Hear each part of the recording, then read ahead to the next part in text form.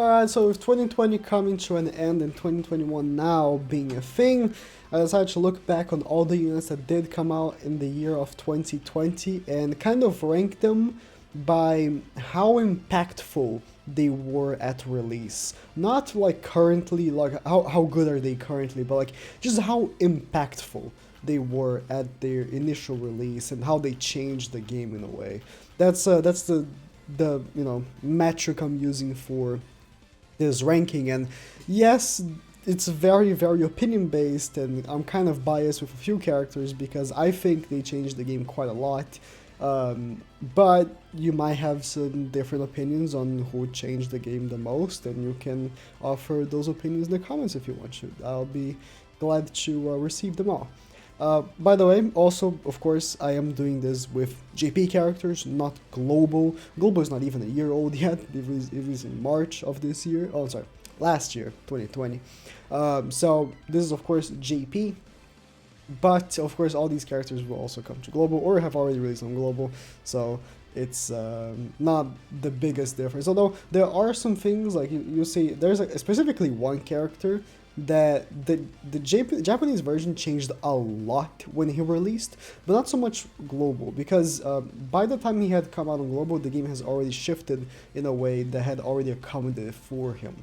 But starting off at number 10, I actually have the brand new Assault Millionaires. So I actually waited to record this. I was thinking of recording this video like in the middle of December, because then I would get more ad revenue, but I was like, nah, I'm gonna wait until the end of December to make sure that I'm not missing anyone. I was about to miss Assault Millionaires. I can't put him any higher than what he is right now at number 10, just because he literally just came out. And if I put him any higher, I wouldn't be truthful. I don't know exactly how much he's going to be changing the game from now on. And again, he released like 2 days before the year ended, so in my criteria, changing the game in 2020, like he didn't change that much in 2020. 2021, we've already started for slap though. Assault Melee just absolutely destroying PvP. They're calling Berserk Melee. Berserk Melee is Assault Mode, Berserk Melee as well. Oh, if they're calling him Berserk Meliodas, that could mean that, you know, the Meliodas that like goes a little confused, that could be another Berserk Meliodas, huh? Just, but like, not Festival. That would be actually very nice. Get his costumes and everything. But regardless, like, he's a fantastic character. He's just so good. I haven't really tested him much on PvE yet. I tested him a little bit, and by the little that I use, I can tell that he's like insane. PvE content will have to change because of this guy. Because if you're running him with Estorosa, Red Zeldris, and Daryari, you put up the counters, and then the enemy attacks you, they get debuffed, your melee gets buffed, and the stats are going crazy. Like, the commandment team is just crazy now. The commandments and demons, is just because of him, they're crazy. So, again, not the biggest change in 2020, because he released 2 days after the end, but, I'm sorry, before the end, but definitely just such a strong character. And putting on here, kind of a tie for number 9 and 8, I have Sorrio and Tarmio. Again, these released kind of the late of 2020, but they did shift the meta quite a bit. The Tarmio, especially, I feel like that's why I'm thinking of Tarmio more being the number 8, just because he completely cucked Escanor, which was a very recent character, and he is just such a versatile character to put on like some team. Just the damage reduction, take off ultimate gauge is a very good card. His ultimate hits super hard. The decreasing HP based on defense is really good. Like, these two characters are very good. Like, Tarmio is really good, but Sorrio, like, insane DPS character, right? His DPS is actually insane. The triple crit chance card, like, he buffed triple crit chance at release, and now every triple crit chance card is like insane. And this card right here, Power Strike, I'm curious to see what more other cards will have released with this ability to do more damage based on the resistance of the enemy. But that's such an insane ability, because if you face someone and like they have a lot of resistance, right, so they're supposed to tank, well, guess what, you're doing more damage. This is just so good. And yeah, both of them just shook the meta quite a bit. You don't see them that much, just because, you know, when Escanor came out, his team was just still the most predominant. Festival exclusives end up being just way more predominant PvP, because Festival banners are just better to summon on, but these two guys were of course on Assault Melee's banner, so if you summon Assault Melee, there is a chance you did pull them, so if you did, good for you, that's a very lucky pull. But yeah, these two characters just shook up the meta quite a bit, and they're very good. But number 7 here, I actually have maybe someone that you guys wouldn't expect to actually be here because he hasn't been, you know, much used lately. I mean, on global he is still, but not much on JP. Omega Rugo, I actually think he is a huge, like, improvement to the game. Just, he brought back Pierce in such a way. Like, his release was so important for the Pierce team and actually revived the Pierce team for quite a while. And farming, like, I'm literally farming PvE right now using Rugo. Like, this man is actually so good. And he has honestly one of the coolest passives ever. When he drops below 50% HP, he fully heals and he boosts all his stats by 15%. Like, you're scared of just attacking this guy and making him go below 50. So, again, these days on JP, he isn't the most used on PvP, but again, for PvE content, for clearing things fast, the Pierce card, like, he hits harder than Assault, I'm sorry, not Assault, he hits harder than Blue Demon Meliodas. So, I think this guy deserves a spot on my list because I actually genuinely just really like this guy too. So, even though he's not a 7th edition character, I have zero clue who Omega Rugo is on, like, the KOF universe. I have never played a KOF game, but I still think he's a really good character on the game, on 7th edition's Grand Cross, of course. So, at number 6, I actually have Green Easton, and again, this is a character that has not released on global yet. By the time I'm recording this video, but she was a complete shutdown on, not a complete, but a very good shutdown for the most major team at the time, which was the Blue Skinny King, Lost Vein, and Goddess Elizabeth team. This unit, like, you could still lose to them depending on RNG, but if you got the good RNG, we got like a level 3 debuff because she disables recovery skills, so she got King, disables recovery skills, and prevents them from getting ultimate gauge level 2, so you run her with Golfer, you're guaranteed to do this, and then level 3 is just so annoying. You disable the recovery skill, prevents ultimate gauge, and you attack lower by 20% for 3 turns. So if you manage to get this like turn 1, you just won. You just won at the time. If you had this Easton and you just got this turn 1, you just won. Unfortunately, her lifespan wasn't the longest just because Festival King released and he cucked her really hard. But for when she came out, she was a huge help for PvP because PvP was infested for like well over a month of just Goddess Liz, Lost Vein, King. That was literally everything you saw. You could not use anything else because that team was way too powerful. You just couldn't beat it with anything else. Maybe Droll team here and there, but you just couldn't like really compete with someone that was good using that team until Easton came out and actually kind of shut down that team. So that was like a very, very good release for the game. I think personally it was, for PvP, it was like the biggest like break on a meta. Like it was just like, okay, stop using this. Like just stop using this scene.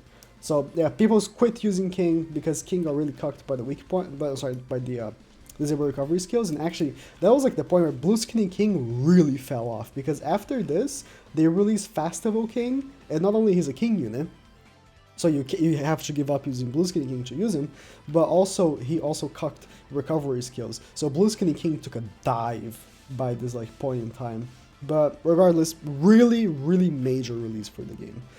And after that, I actually have the one Escanor, and in terms of like shutting down a meta, I don't think he did as much as Easton, but in terms of like just making every single person use the same team again, yeah, because at some point, like before Escanor, PvP was very like varied. I was using Ludocia, Gopher, and some unit. Like people were using Droll teams. Like PvP was like actually very like variety until Escanor came out. Escanor is so freaking powerful.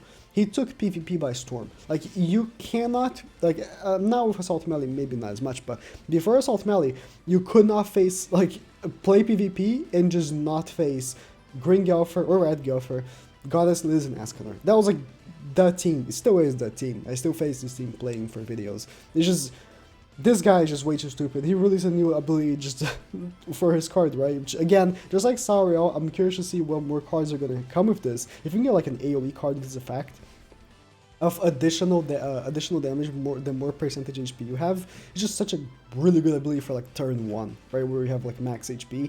And then like his ultimate is his ultimate is so stupid because it's 6/6. If you're a whale and you 6/6 him, you're basically guaranteed to kill 2 characters because AoE ultimates are good and all, but they have the risk, right, of just not killing someone because they're AoE and sometimes they're just not hitting as hard. But he is like, yeah, he is gonna kill someone, and then the damage goes to someone else and kills them as well. It's just, he's so, and like, this passive reads like a Bible. Look how long this is. Like, this guy is just really, really good.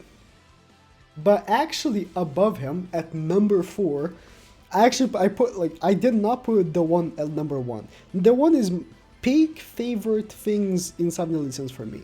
And I didn't put him at number 1. But I did put at number 4, Estorosa. And he's the character I mentioned in the beginning where like, they changed the game a lot because of this guy. PvE wise especially, of course. After his release, they make so every single super boss does extra damage against demons and takes less damage from counters. Because this guy, when he came out, he could solo basically everything in the game. His taunt plus counter plus having really high lifesteal just pretty much soloed everything in PvE. He's just a beast, or at least he still is actually. Right now in PvP, he's still a really good meta team. Right now, you know, with Assault Melee coming out, you can pop in Estorosa. He is a commitment character. You pop in Estorosa and Green Dro, and boom, that's a PvP team. It's one of the best PvP teams in the game. And right before Assault Melee, when Escanor was running around, you put Estorosa, Tarmio, and Gelfer, and you just win. So, like, Estorosa is a character that not only he was really impactful when he came out, he's still just up and down in the meta. Like, sometimes he's not in the meta, but sometimes he is, and sometimes he's not in the meta, but sometimes he just comes back out of nowhere, just being, like, super good. So this guy, like, he just made counters good again. Like, he made, like, his counter is just so good. The line from the counter, he just, for the counter, he just, oh, it's so good. Like, everything about this character is just so good. I think the only not good thing about him is, like, the commandment. I really dislike this. Decrease attack stats by 20%. For 3 turns upon damaging enemy, and this works in PvE. I wish this was like a PvP only thing. So if you're using only Estorosa as a commitment in your team on PvE, you're literally just debuffing yourself, and that's not really good. Other than that, like, everything about this character is just, to me, perfection. Like, I just love everything about this character, and I think he really impacted PvE. Again, like, after his release, they made sure to make content as so if you attack a demon, they take more damage. Bosses take less damage from counters. Bosses remove stances. It was all after he released. Like, it's just, he really changed the game a lot. Now, after Estorosa on my list here, at number 3, I have Red Daryari. Red Daryari is the first insane nuker. Like, Green Jericho was a really good nuker, but Daryari just blew her off. It's just absolutely crazy damage, right? I don't even have to tell you. Like, she's a must-have. If you don't have her, you can't do guild boss. You're just not getting high points. She's just way too good. And again, they changed the game a lot because of her. A lot of PvE content, you can tell, that removes buffs, especially after she came out, like a month after or so. They started making these PvE contents, like these like 1 or 2 week only kind of PvE contents, like the big hawk one, that just every single turn passes, you just lose your buffs. Or they remove your buffs when they attack you. Like, they just really didn't want this girl to succeed, because she was way too good on PvE. Like, on PvP she didn't do so good, but PvE wise, she just completely destroyed the game, because her passive of getting increased attack by 10% every time she uses a skill, which, like, by the way, I love when they make passives that completely make sense with a character, because of course she has her whole thing where she does the combo, right? And if you don't attack for a turn, you lose your streak. That's just, I think that was, like, again, a genius passive. Just like, Escanor kind of is. There wasn't really much they could have done other than this, honestly, but yeah, he goes up and down on buffs according to, you know, turns, and that's like to represent going to 12 and then 12-1, 12-02, and then just losing your buffs and then gaining them back as the sun comes up and down. So it kind of makes sense. There wasn't much they could have done, right? But with Daryari, they managed to make it so, like, he really represents the character. But regardless, the more you attack, the more buffs she gets, and then also she has the blue card that buffs her basic stats by 50% and gaze evasion. And then she has Amplify on top of like being able to get herself like 10 stacks of buffs plus 4, because that's 3 buffs plus 1 of the evasion. And then you can just mix up like putting like Green Hellbrum and then you just amplify. It's crazy, right? Crazy damage. And again, I think she completely changed how PvE works in the game. So yeah. At number 2, I have Goddess Elizabeth. Can you play PvP and not see her? No, you can't. Because, she, like, and honestly, I would be fine with a character that has a stun and a very annoying shield and a kind of annoying ultimate. Ultimates are meant to be very powerful, so I don't mind that her ultimate is like one of the most powerful in the game, right? But the revive, this is what keeps her on the meta. Not this, the stun, not the shield, not the ultimate. The revive. Being able to revive a character with the amount of HP they had right before they died is absolutely ludicrous for PvP. It's actually like the stupidest ability ever. It's completely overpowered. There is nothing you can do about it. You just have to like kind of trim down opponents good enough so that then you kill them. Like at release, she completely killed almost every character with a single target ultimate in PvP. If your character was single target based on PvP, no longer usable. Green Escanor, no longer usable. Red Escanor, no longer usable. She completely cocked every single character is like single target based for the most part. And it's like Red Escanor was really meta right before she came out. And then as she came out, well, you can't one-shot people turn 1 anymore, because if you one-shot someone, they just come back with full HP. It's just so dumb. And then the shield cancels Amplify or anything that isn't Rupture. She completely changed PvP. And again, Easton really cucked her. So people were getting like kind of afraid of using Elizabeth because even though the Easton didn't directly cuck her, she cucked like King, right? But Elizabeth was directly tied to being an Ult Rush character with the Ult Rush team. But as people weren't using her for Ult Rush anymore, well, it's for real estate. You can use her now again with Escanor, with whoever you want. Can't use her with Assault Millionaires because of passive. I mean, you could, technically, if you don't want to use the passive, but yeah. But for my number 1, actually, and I think it might surprise that I'm putting him above Elizabeth, but I'm actually putting number 1 Lost Vein Meliodas. I think he represents to me a huge jump in character power, in PvP especially. Like Lost Vein, even though he isn't these days the strongest character, when he came out, he was just way too strong. Not in the way that Elizabeth is, where she's just very dominant because she makes the team really good and she just has a broken ability. Meliodas was just scary.